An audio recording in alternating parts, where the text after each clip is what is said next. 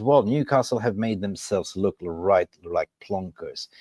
They're not going to have the massive overpay for whoever they go for. Listen, at the end of the day, I have a gut feeling that they were trying to force the issue. They were trying to force the hand. It's like you're playing Texas Hold'em. They were bluffing. Manchester United held the cards close to the chest.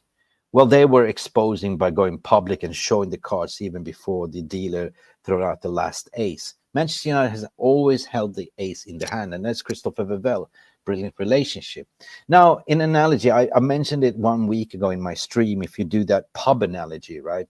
It's like Newcastle sporting director, which they don't really have a sporting director. It's actually the sporting director was Paul Mitchell that resigned back in May, so they don't really have a sporting director. It is the acting technical director that is acting as the sporting director. It's kind of a little bit of a mess, but you can imagine that technical director in wolf sheeps and wolf clothing, put on their suit, and acting sporting director walks into a nice bar, starts seeing this beautiful girl, and that is Benjamin Sesko.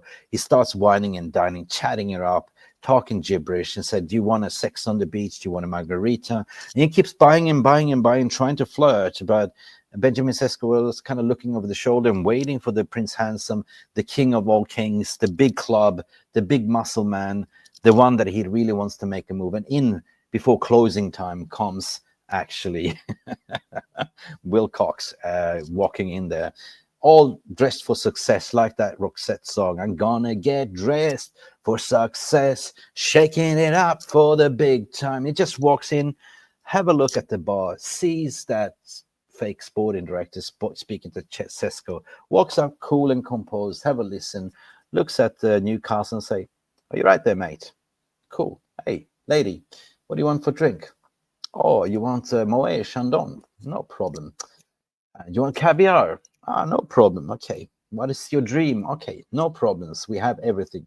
By the way, it's closing time. Hey, what do you prefer? Do you want to go home with the guy in the Uber, or do you want me to call like my VIP limousine service and call it the night? And that is exactly what's going on, if you know my analogy, right? So a zebra crossing is always a zebra crossing. I feel sorry in a way because Newcastle this summer, they've been walked all over, right?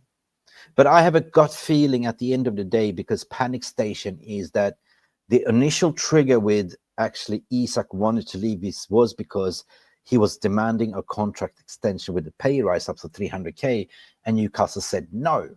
So how would Newcastle then afford to pay Benjamin Sesko the forward wages, which baffles me. And they got panic in the end of the day. But I think that Isak came back yesterday in training. They were supposed to sit down, and I think I have a hunch feeling that they will offer Isak exactly what he wants, and he will sign a new 3 contract year deal to keep him.